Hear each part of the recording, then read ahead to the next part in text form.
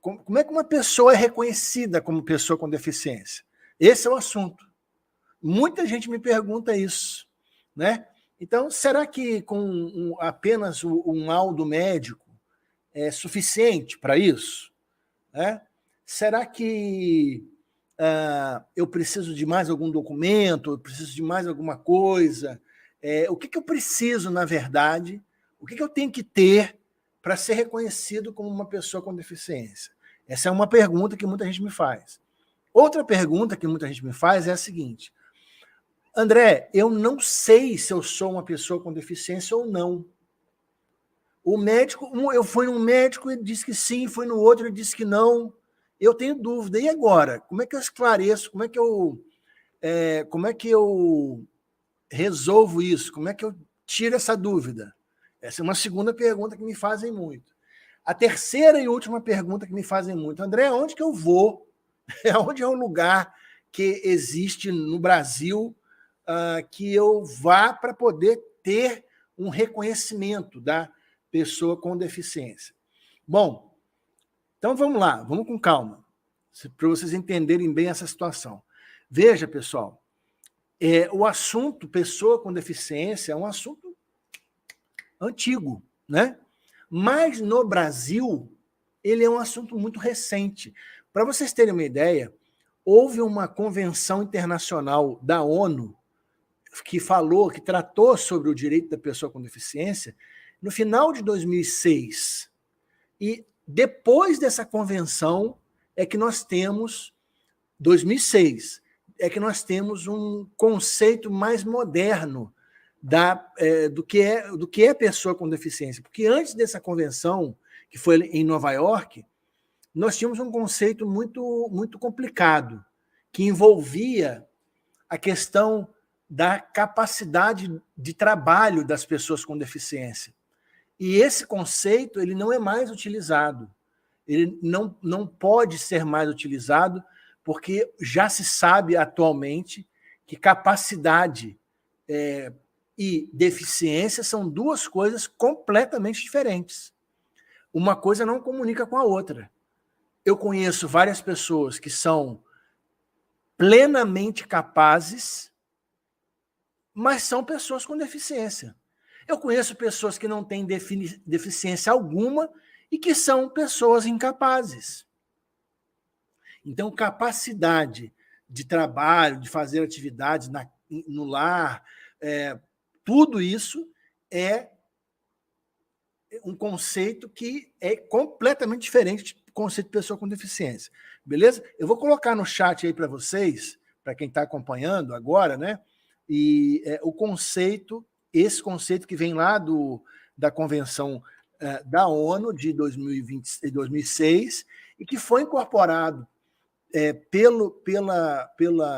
pelos conceitos jurídicos do Brasil desde 2009, por conta de um decreto federal, e depois, em 2015, a Lei Brasileira de Inclusão, o nosso famoso Estatuto da Pessoa com Deficiência, também traz, no artigo 2º, esse conceito. É o que eu vou colocar aí no chat para vocês agora. Tá aí no chat para quem quiser entender um pouquinho melhor. Tá aí, ó, conceito de pessoa com deficiência considera-se pessoa com deficiência aquela que tem impedimento de longo prazo.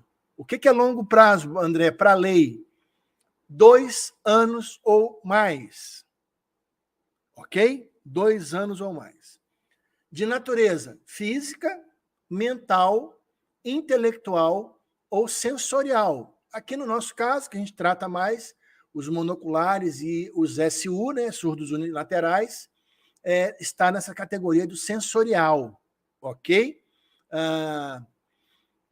O qual, em interação, agora a parte mais importante, tá? A parte mais importante. Interação com uma ou mais barreiras. Uma ou mais barreiras. Então, apenas uma barreira basta. Pode obstruir sua participação plena e efetiva na sociedade em igualdade de condições com as demais pessoas. Vou dar o meu próprio exemplo, né, que eu gosto de fazer isso. Eu me tornei uma pessoa com deficiência auditiva unilateral tem aqui todos os laudos, já mostrei aqui algumas vezes, que marca bem essa situação. Eu tive uma doença, eu tive que fazer 2 cirurgias por conta de colesteatoma, que é uma doença que dá no aparelho auditivo, e numa delas eu tive que tirar todo o aparelho auditivo interno aqui na minha cabeça e não escuto nada desse ouvido. Tem um zumbido 24 horas aqui, uma abelha buzinando aqui no meu ouvido, ok? E o que isso gera para a minha vida? Gera um monte de barreiras, um monte. Barreiras sociais. Quando eu vou almoçar ou jantar num restaurante com a minha família ou com algum amigo, eu preciso me colocar sempre à direita dele, à esquerda dele, para o meu ouvido direito ficar do lado dele, para eu escutar o que ele fala. Se eu ficar do lado esquerdo, se eu sentar do lado esquerdo deles, eu não ouço o que é conversado. Se eu estiver num ambiente, barreiras sociais, se eu estiver num ambiente, num restaurante, em qualquer lugar que tenha muito ruído, muita gente conversando, muito barulho, eu não consigo entender o que está rolando na conversa das outras pessoas. Aqui em casa, né? 2 pessoas falando ao mesmo tempo e a televisão ligada, eu não consigo entender nada do que está rolando. Nada. Eu consigo ouvir o ruído, né? Como a doutora Daniela já me ensinou, é um ruído ambiental. Então, para mim é um ruído. Para mim é um ruído. Outra barreira, que é uma barreira pessoal. Muitas vezes as pessoas falam comigo, mesmo perto, e eu não entendo o que a pessoa falou e eu preciso perguntar. Como? Pode repetir? Porque eu não consigo entender. Então, hoje eu faço muita leitura labial para ajudar na minha compreensão do que as pessoas estão falando, principalmente na rua. Se eu vou no supermercado fazer uma comprinha e tal, eu preciso prestar atenção na hora do caixa para poder entender o que o caixa está falando comigo. O Marcelo está falando aqui legal. Marcelo, boa dica. Dirigindo, o vidro tem que estar fechado. Se abrir o vidro do carro, você fica completamente perdido. E assim, não é perdido só em termos de espaço. Não sei se acontece com vocês, que são surdos unilaterais, mas me dá uma agonia, barulho, muito barulho, né? Muito barulho, som alto, televisão alta, música alta, vidro do carro abaixado. Me dá uma agonia, em algumas vezes, no começo, eu tinha tontura, náusea, tudo por conta do barulho excessivo. Se eu ficar num lugar muito barulho, com muito barulho, por muito tempo, aquilo me dá um mal-estar horrível, dor de cabeça. É horrível, é horrível. Então, assim, são barreiras. Barreiras. Vou colocar de novo no chat o conceito de pessoa com deficiência. Tá? Só para vocês entenderem onde eu quero chegar com esse papo. Então, veja bem aí, tá? Para quem está aí online, está no chat do YouTube, tá? E do Facebook também, quem está acompanhando pelo Facebook. Pessoa com deficiência é aquela que tem impedimento a longo prazo, 2 anos ou mais, de natureza física, mental, intelectual ou sensorial, ok? O qual, em interação com uma ou mais barreiras, eu disse aqui algumas barreiras, podia falar de barreiras profissionais, não é o meu caso, porque eu trabalho sozinho, num ambiente que tem isolamento acústico, tá? Mas olha só a minha sorte. Nos últimos 2, 3 meses, eu tenho uma obra no vizinho que é atrás da minha parede aqui do escritório. Eu estou olhando para uma parede, tá? O computador está na minha frente, eu estou olhando para uma parede. Atrás dessa parede tem uma obra que está há 3 meses. E os caras não economizam no barulho, né? Até porque é uma obra. Estão reformando a casa toda. Então, imagine o meu problema de trabalho com martelo, marreta, aquela coisa que chama um martelete, que é um equipamento que fura, que quebra. Imagina. Né? Agora, você imagina uma pessoa que trabalha num call center, num banco. Né? É loucura. O João Ângelo está lembrando aqui também, dormir sempre com o ouvido bom para cima. Aí depende, né, rapaz? Se a pessoa que você dorme ronca, Eu durmo com o ouvido bom para baixo. Mas fica quieto, não conta para ninguém, não. Tá? Eu tenho uma tática, João, que é o seguinte: à noite, quando você desliga tudo, é que o zumbido fica mais alto, né? Então eu sempre durmo com um sonzinho baixinho no ouvido bom. E aí, cara, pode cair a casa que já era. E isso mascara o zumbido. Eu aprendi essa técnica, isso mascara o zumbido. Mas eu estou falando tudo isso para dizer para vocês o seguinte, pessoal: o que caracteriza pessoa com deficiência é isso que eu botei para vocês. É isso que eu coloquei para vocês aí agora, que está aí no chat. Esse conceito que está na Lei Brasileira de Inclusão, no Estatuto da Pessoa com Deficiência. Ok? E aí, como é que eu alcanço? André, como é que você consegue alcançar um meio que te reconheça como pessoa com deficiência? O Armando falou que minha mulher vai me bater. Rapaz, não bate não, porque, olha, minha avó falava que quem conta a verdade não merece castigo. Então, eu não tenho o que fazer, meu filho. Então, olha só, resultado. Como é que eu alcanço, então, um meio com o qual eu consiga mostrar para a sociedade, alcançar direitos que digam que eu sou uma pessoa com deficiência? Eu vou fazer uma pergunta para vocês, tá? Quero fazer um exercício com vocês aqui agora. Então, vocês viram, para quem está acompanhando aí há mais tempo, vocês viram entendeu para entender qual é o conceito jurídico de pessoa com deficiência? Deu para entender? Eu quero fazer duas perguntas para vocês. Primeira pergunta, responde aí no chat para mim, por favor. Vou botar de novo, tá? Botei de novo aí no chat, tá? De novo aí o conceito, tá? Esse conceito de pessoa com deficiência, que está aí no seu chat, ok? Beleza? Engloba quais tipos de deficiência? Fala para mim, o que você acha? Olha a pergunta que eu estou fazendo. Presta muita atenção, porque tem uma pegadinha nessa pergunta. Que tipos de deficiência engloba esse conceito jurídico do artigo 2º da Lei Brasileira de Inclusão da Pessoa com Deficiência? Minha amiga querida Kiara Lins é uma grande amiga, querida amiga. Ela está perguntando como ficam as questões dos autistas e TDAHs. Sou RH e fico super com essa dúvida. Querida, autista, não tenho nenhuma dúvida, existe uma lei específica considerando o autista como pessoa com deficiência. O TDAH, existe um projeto de lei que está tentando classificar. A sua pergunta é muito boa, Kiara, porque olha só, presta atenção. Olha só. Se vocês entenderam o conceito de pessoa com deficiência, que eu coloquei aí no chat, qual tipo de deficiência fica de fora desse conceito? Qual tipo? Responde para mim. Vocês vão me ajudar muito respondendo essa pergunta. Vocês não fazem ideia. A pergunta que a Kiara fez, autista fica de fora? Já respondi. TDAH fica de fora? Qual tipo de deficiência fica de fora? É isso que eu estou querendo saber de vocês. Né? Bota um respondendo, eu já prossigo aqui.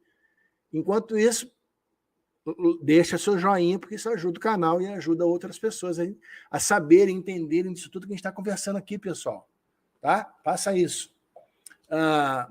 Vamos lá, responde aí. Quem vai ser o primeiro a responder? Qual tipo de deficiência fica de fora desse conceito?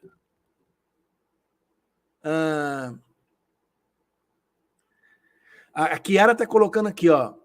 Sim, porque as deficiências mentais são mais difíceis do que as físicas, penso eu. Será que é isso? Será que é isso que a Kiara está falando? O Michel Cavalcante está dizendo que é o surdo unilateral que fica de fora.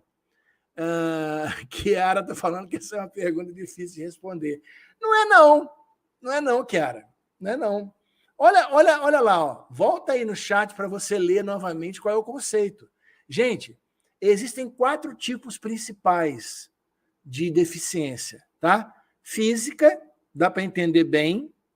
Mental, são as doenças mentais que geram deficiências mentais.